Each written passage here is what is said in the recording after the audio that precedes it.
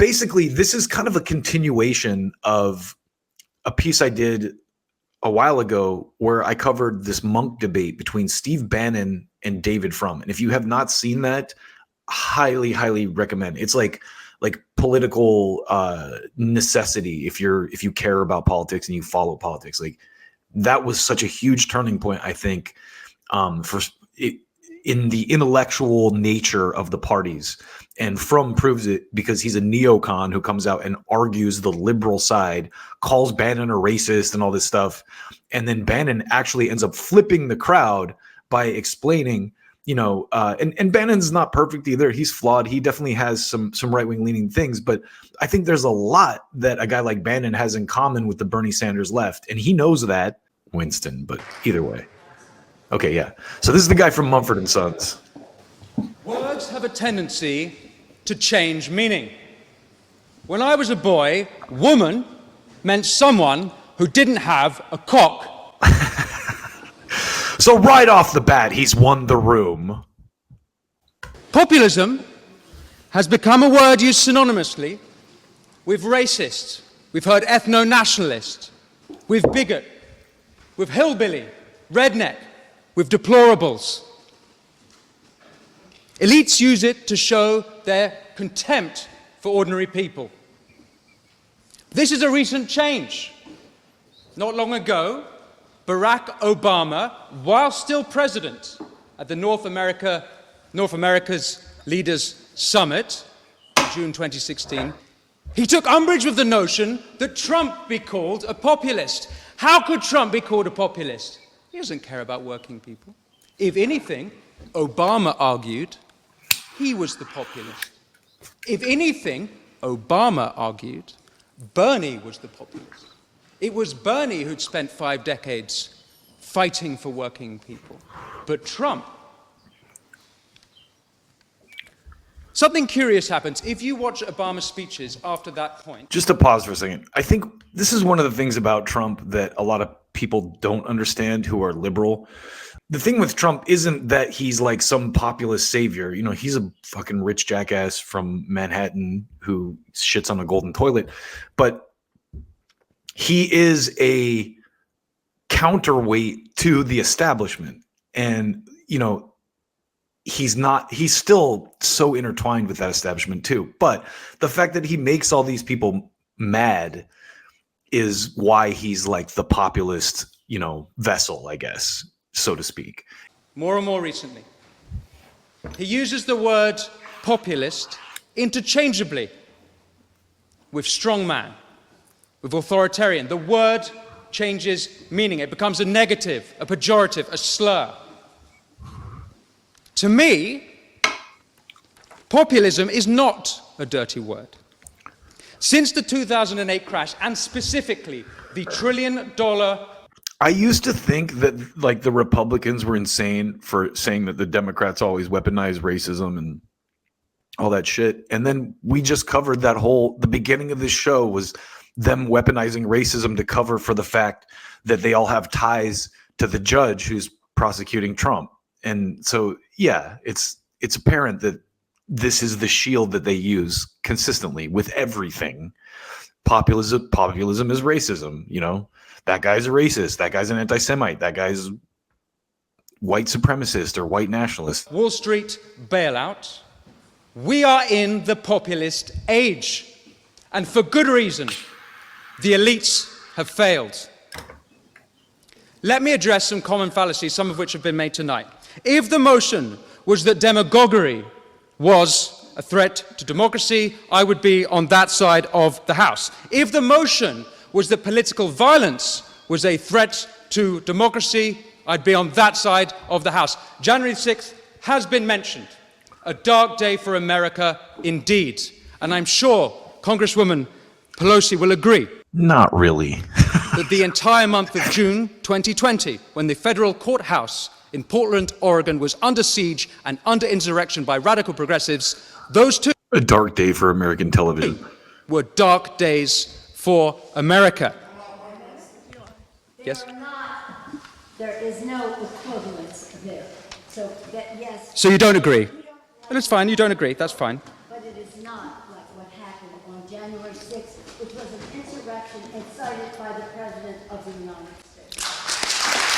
So you don't agree? Yeah, January 6th was not an incited by the President of the United States. I'm sorry if I'm going to get, demonetized or whatever for saying that, but that's just the truth. But you'll condemn those days. My point, though, is that all political movements are susceptible to violence and indeed insurrection. And if we were arguing that fascism was a threat to democracy, I'd be on that side of the House. Indeed, the current populist age is a movement against fascism. I've got quite a lot to get through. Populism, as you know, is the politics of the ordinary people against an elite. Populism is not a threat to democracy. Populism is democracy. And why else have universal suffrage, if not to keep elites in check? That is a very good point.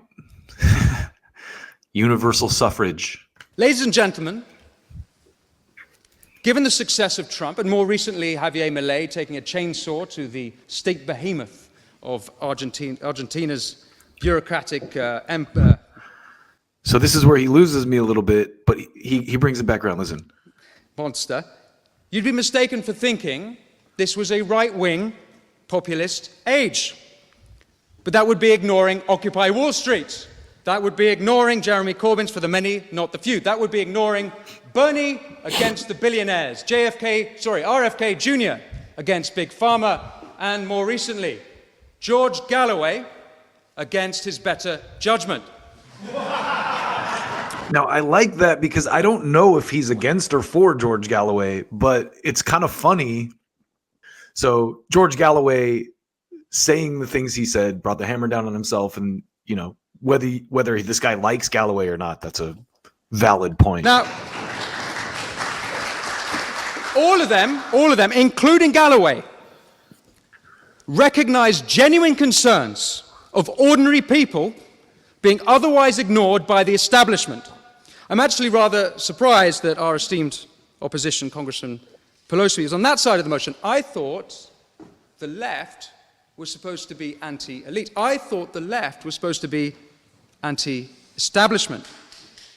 Today, particularly in America, the globalist left have become the establishment. I suppose for Ms. Pelosi to have taken this side of the motion, she'd be arguing herself out of a job. So I'm just going to go back and show you Steve Bannon's closing statements because they match up a lot with what this guy is saying.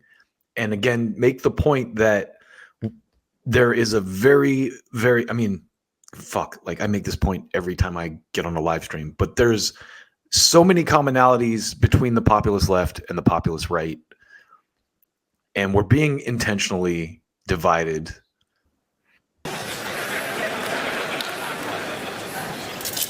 President Trump identified himself as a nationalist the other day, right? And the media went to a complete meltdown. Judge President Trump and this populist movement, and the populist movement worldwide, judged by their actions. Hold them accountable. We're not perfect. People are trying to figure this out as they go, but I will tell you one thing.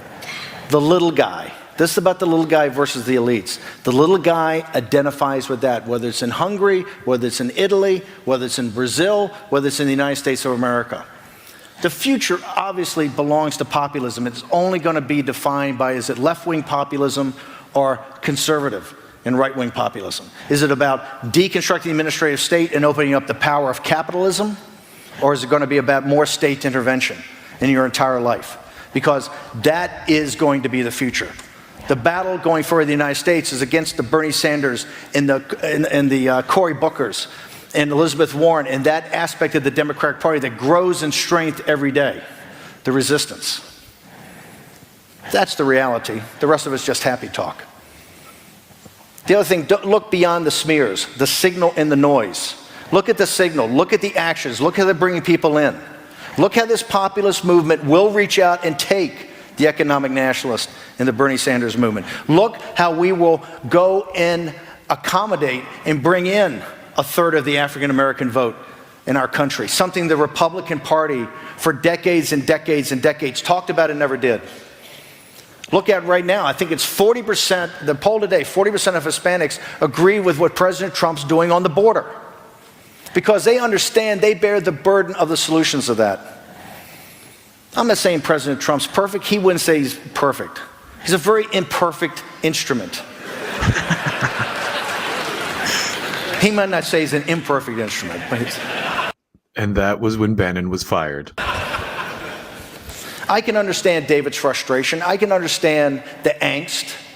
You know, as one of the senior public intellectuals and leaders of the Bush administration, the traditional the Republican Party, look at the 16 He and Victoria Nuland, of course, both worked for the Bush administration. people that ran against President Trump. That is the new left. The new left is guys like David Frum and women like Victoria Nuland. 2016 or the 14.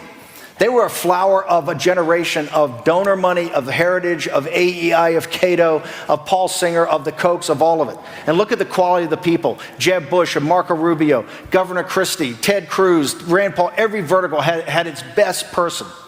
It was the strongest field in the history of the Republican Party. And Donald Trump cut through that like a sift through grass, right? Why? Because he talked about trade. He talked about this radical idea, a radical idea of free trade, particularly when you're going against a totalitarian, mercantilist society like China. He talked about the deindustrialization of our country. He talked about where people's lives are. He talked about what mattered. That's why he won. That's why he won the Republican primary, and that's why he beat Hillary Clinton. Our whole thing was to compare and contrast. You're the tribune of the people, and she is the guardian of a corrupt and incompetent elite, a permanent political class.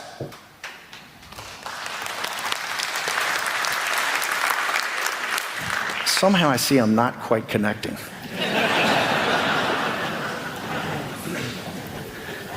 That was the moment Bannon won the crowd over. He actually ends up winning this debate. Again, I highly recommend watching it. And it's not, and I realize David tonight tried to demonize this. It's not racist, it's not nativist, it's not xenophobic.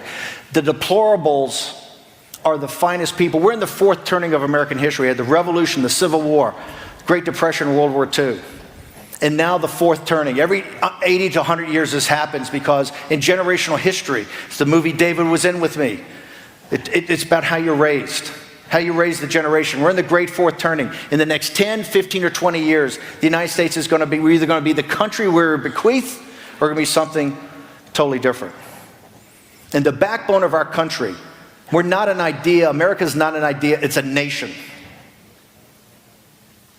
We have the greatest land and the greatest resources. We have divine. So I'll cut there, but I want you to see, before we close this out, I want you to see Pelosi's response to this argument.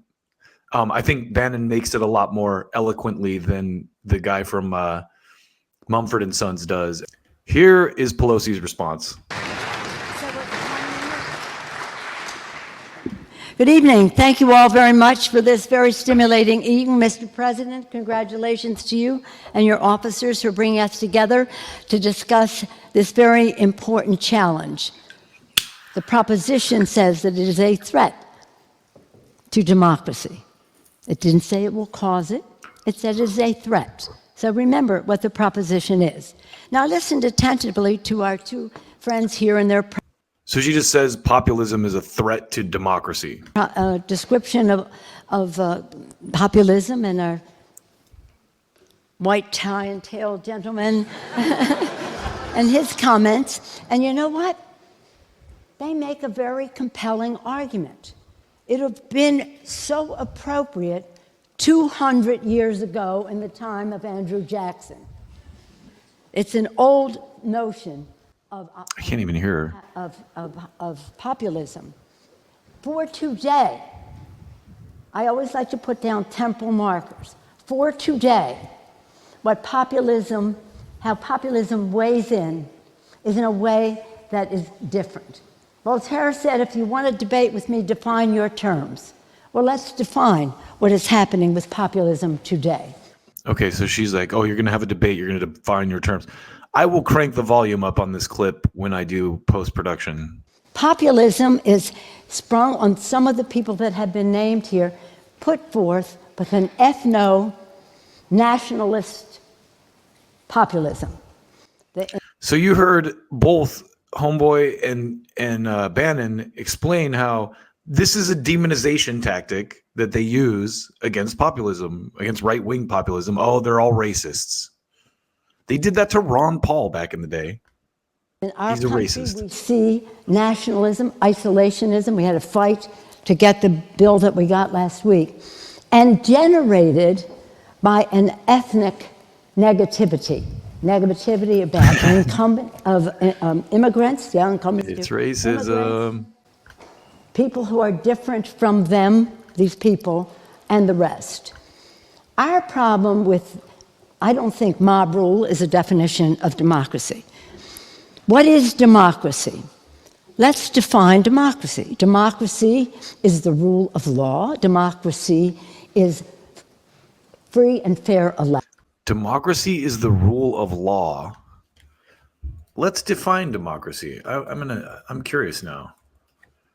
What does Google say? Google says democracy is a system of government by the whole population or all the eligible members of a state, typically through elected representatives. Elections. Democracy is about the independent judiciary. It's about freedom of the press, to have transparency and to have accountability of elected officials to the people. It's about, Which we don't have. and a resistance to passing the Voting Rights Act, the John Lewis Act, all of that, because they want to contain who votes. Now, the issue of independent judiciary. We owe so much to the UK, or England as it was, when it put forth so. I just gotta say, whoever did the stage work for this event is fucking terrible. You can't even hear either one of them talking. Someone should have put lapel mics on them. Jesus Many Christ. things at Runnymede, England. And one of them was trial by jury. When King John came, the barons who were there they had 12 chairs. And what At least when you post the video, Oxford guys, bump the sound up. Jesus Christ, you guys are sprang terrible. from that was a joy of your peers, 12 peers. And that sprang from the Magna Carta. And So Pelosi just sounds like a rambling drunk, uttering out, rattling off buzzwords like democracy, rule of law, freedom of press. What did she just say? something that we hold dear in our country. Right now, Judiciary. we see the trial by jury threatened by vicious assaults on the jurors. I have no idea what she's talking about So when here. we talk about populism and we talk about democracy, let's understand our terms today, not 200 years ago, but today. And Since we've redefined them. are humored by some of the, named Ted Cruz and people like that, that may be humorous to you, but it ain't funny to us because it has a direct impact on what's happening. Now, here's the thing that is so sad about all of that's really hard to deny.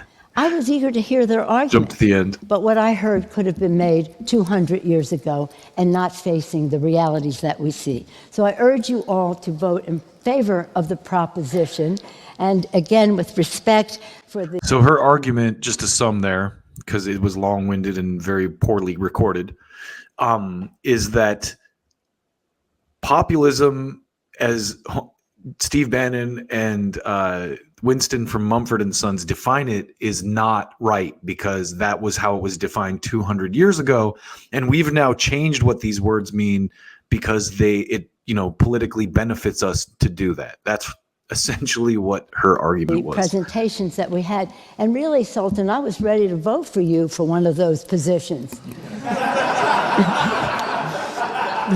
I really was. But I'm not sure now because I don't know that you could possibly believe the presentation. I know this is academic. So did you hear what she said? She said, I'm actually pretty close to a lot of those positions, but I'm not sure now because you can't believe the presentation. Maybe you believe it. I respect that. but what I do respect is our democracy. And just tell you one more thing.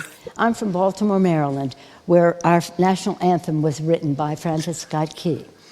And he wrote a beautiful thing in the national anthem, and it's our motivation right now in some of our campaigning.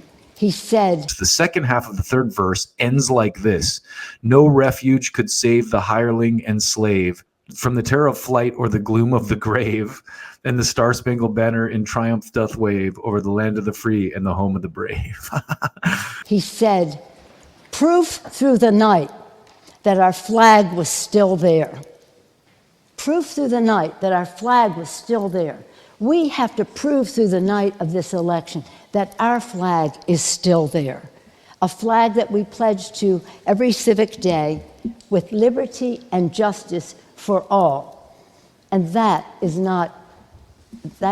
supporting democracy, supporting our flag and all it stands for, and it is threatened by this version of populism that exists today. So she mentions at the end of that too, I just have to do this. At the end of that, she mentions that she's from Baltimore, where Francis Scott Key, the guy who wrote the national anthem, is from.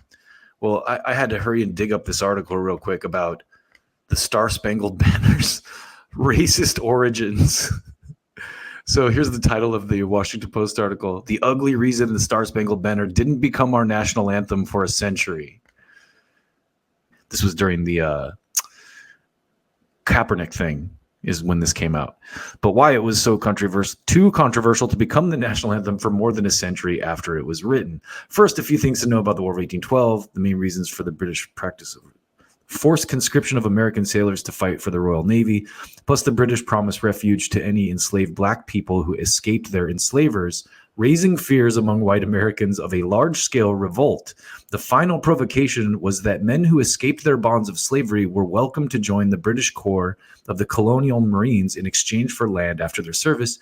As many as 4,000 people, mostly from Virginia and Maryland, escaped. It's important to know that these things, because the Star-Spangled Banner, originally called the Defense of Fort McHenry, has more than one verse. The second half of the third verse ends like this: no refuge could save the hireling and slave from the terror of flight or the gloom of the grave, and the Star-Spangled Banner in triumph doth wave over the land of the free and the home of the brave. No refuge could save the hireling and slave. So these lyrics are a clear reference to the Colonial Marines, according to Jefferson Morley, author of Snowstorm in August, Washington City, Francis Scott Key and the Forgotten Race Riot of 1835.